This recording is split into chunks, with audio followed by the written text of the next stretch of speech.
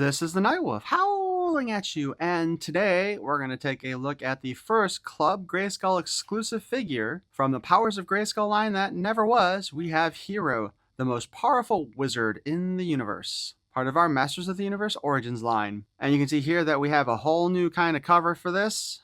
I will definitely be probably trying to find some way to work this into the thumbnail. The packaging design is totally new, and I'm just going to point this out real quick that this is actually a slipcover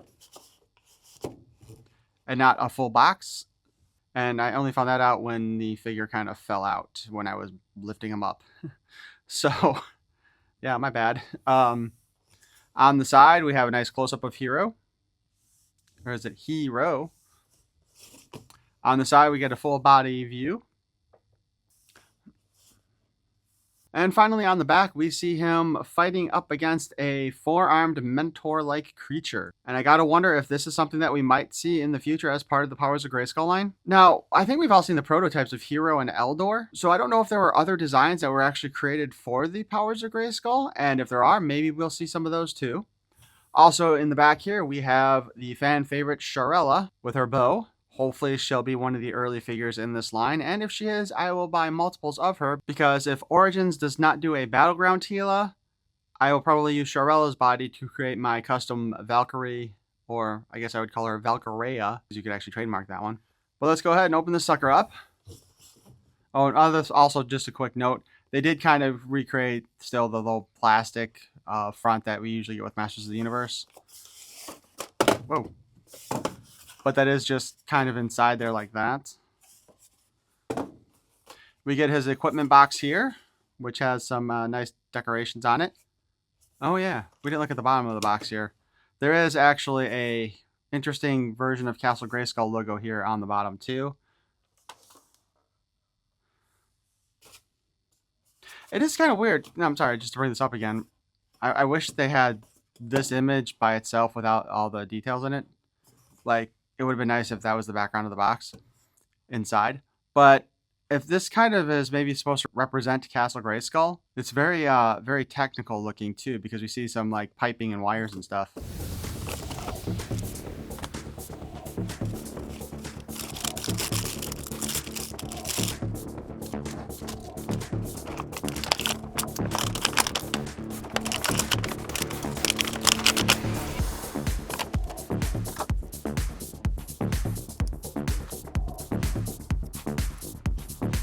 They have these extra little plastic things in there, presumably to help protect the vac metal from the little strappy thingies. There's also one up here with his cape, which the cape is new, by the way. It's not just a reuse of the cape from Origins.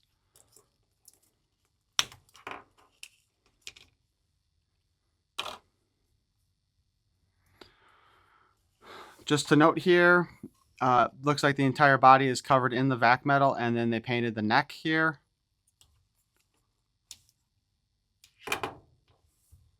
And you kind of see that a little bit better down here too. The connector there is a separate piece, but that's always been true with Origins.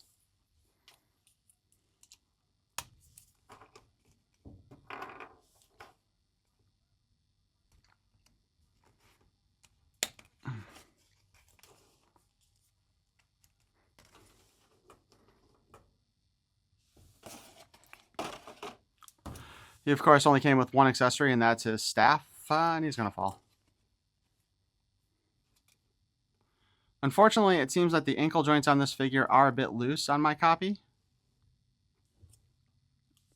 Set a staff aside. Let's take a look at the comic, shall we? Hero's Journey, which is kind of a fun name, I guess, since, you know, a lot of what they talk about in pop culture when it comes to characters is, of course, the hero's journey, which is, you know, when you get your character from point A to point Z at the end, you know, he's gone through that whole transition, he or she. Long ago, in the lands of Praeternia, a world where savagery and technology collide, there lived a boy. His name was Ro, and he was part of a brave tribe led by the warrioress Sharella. One day, while hiking rough terrain, young Ro found himself being hunted. On the run, he slipped and fell into a cave, beholding something that will forever change his fate and Praeternia's. Suspended in midair shined a mythic staff, half cast in brilliant light, the other in darkness. From beyond, a mysterious voice spoke. Choose between light and dark, good and evil, for your choice lies the heart of destiny.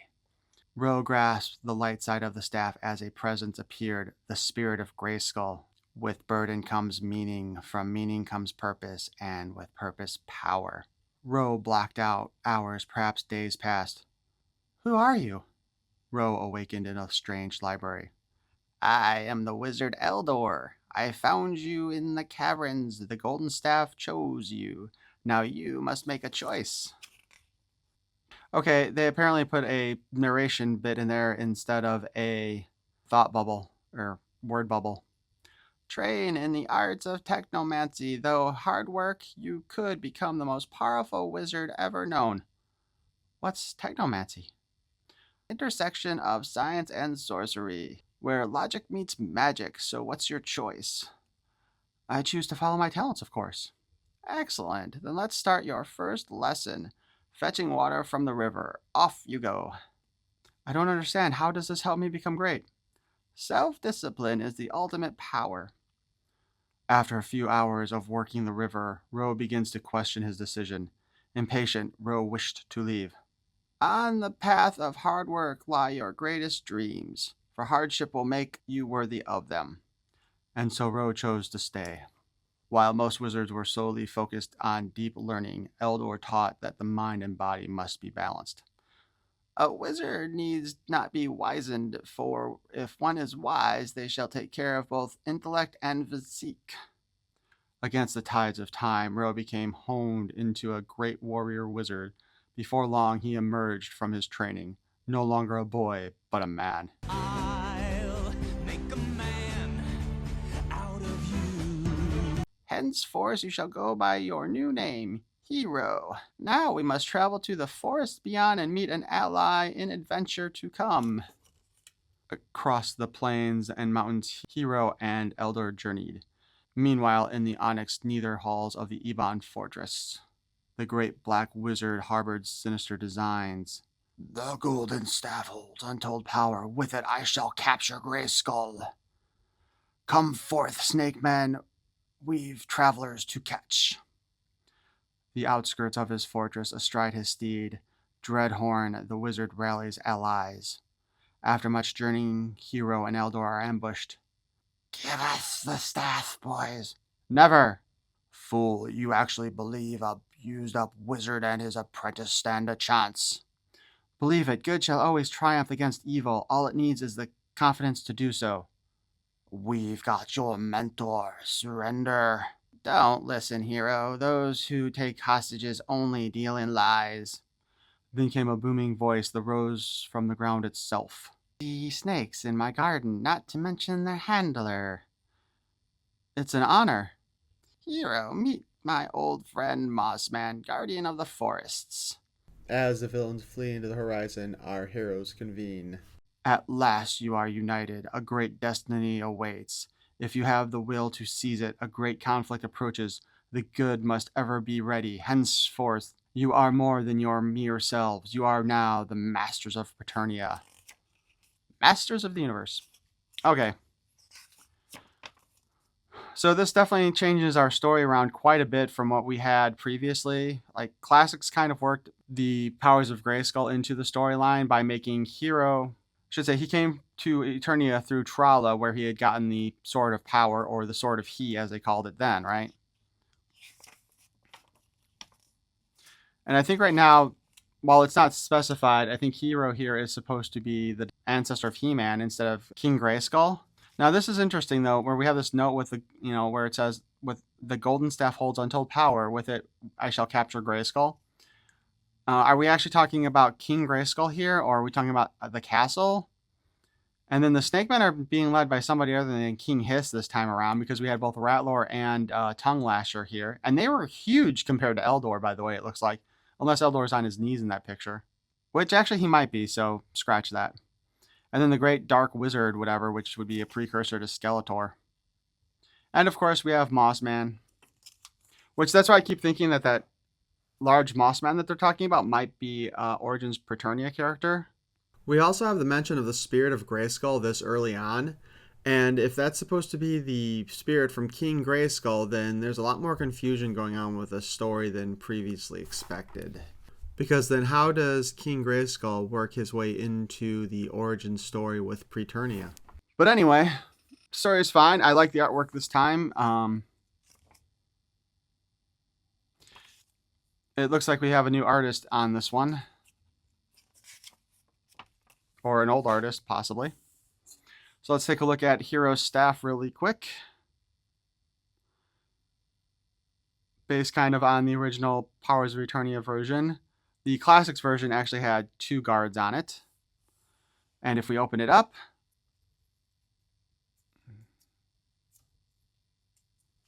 we reveal a crystal. And I guess, well, I don't guess, I know that if you had got the hero from the, I believe he was originally a San Diego Comic-Con exclusive for Classics, and they had different colored jewels in there. The most were, of course, green, but then I think they had red and purple. Supposedly, if you shined a LED light in just right, you could actually get see what the color it was. But the staff opens up to reveal the crystal. Although it is kind of interesting because, let's see. Most of the time when we saw him using the staff, they were at like half mast here, not all the way open in the comic.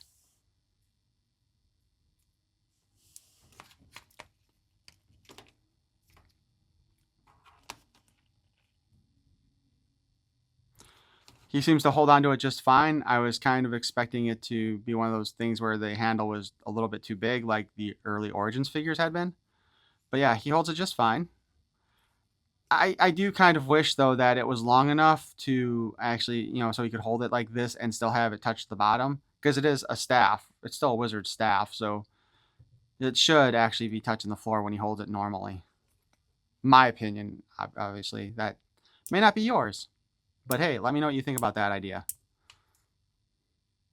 I would go ahead and assume that when he's not using magic, the staff is closed, and then when he goes to use magic, it's open.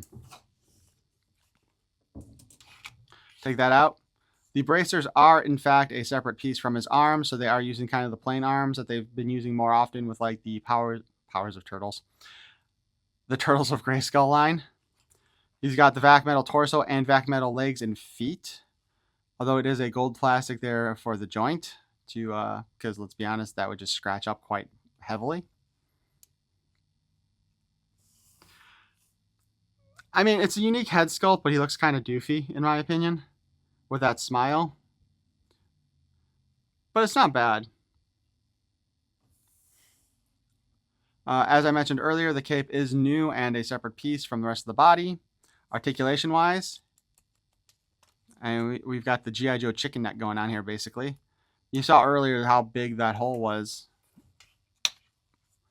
There is a lot of leeway there on the double peg system here, or the double ball joint. So he can look down, he can look up, he can look over, up and down from the over positions. Very nice. Arm can spin around.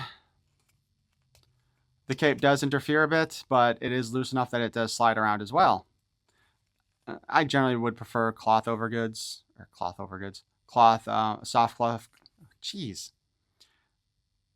soft goods capes. I do prefer the soft good capes.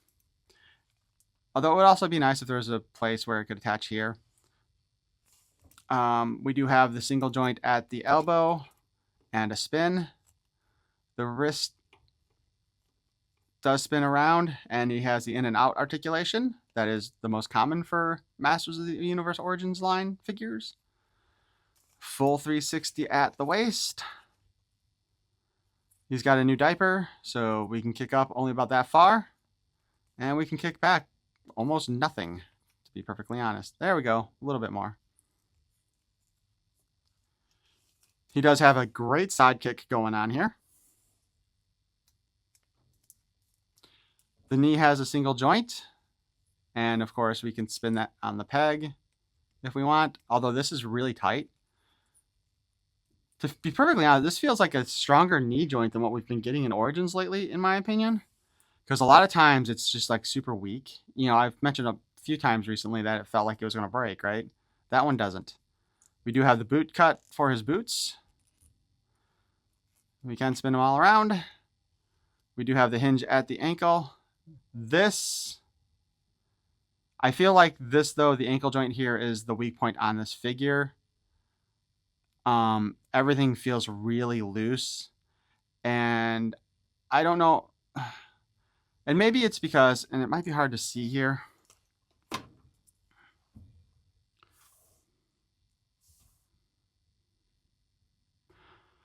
but they have, actually it looks like they have a, for all intents and purposes, let's just say they actually have a shoe part at the bottom and then a foot part that goes inside there. So you have the vac metal covered thing, and then you have an internal bit that is the regular plastic for the joints. And that may be why everything feels loose to me, because it does shift around in there quite a bit. But yeah, and I suppose, yeah, they had to do that for the, because of the vac metal. Oh, same thing with, there's a better look from the top. But you'll note there is actually a regular plastic in the vac metal boot there in order to, you know, be able to actually peg everything in place. Sort of like what we saw here. Although this is what's kind of interesting here, I guess, which I didn't really think to mention before, is that the vac metal itself does not appear to be gold, but is silver, and then with a coating of gold over it. And I think it does kind of look like there are spots on him where the gold did not quite fully adhere to the vac metal. Specifically, it does seem to be around the waist area here.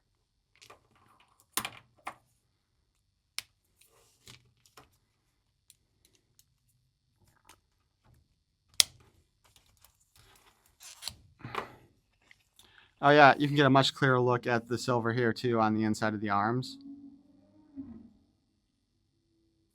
So again, we have the little plastic piece in there, which again, Origins had it like that too, for the actual joints.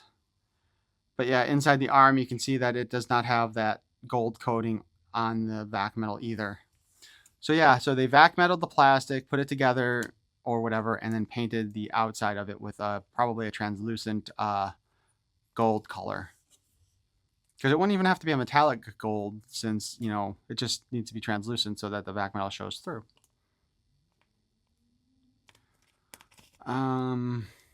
Let's see.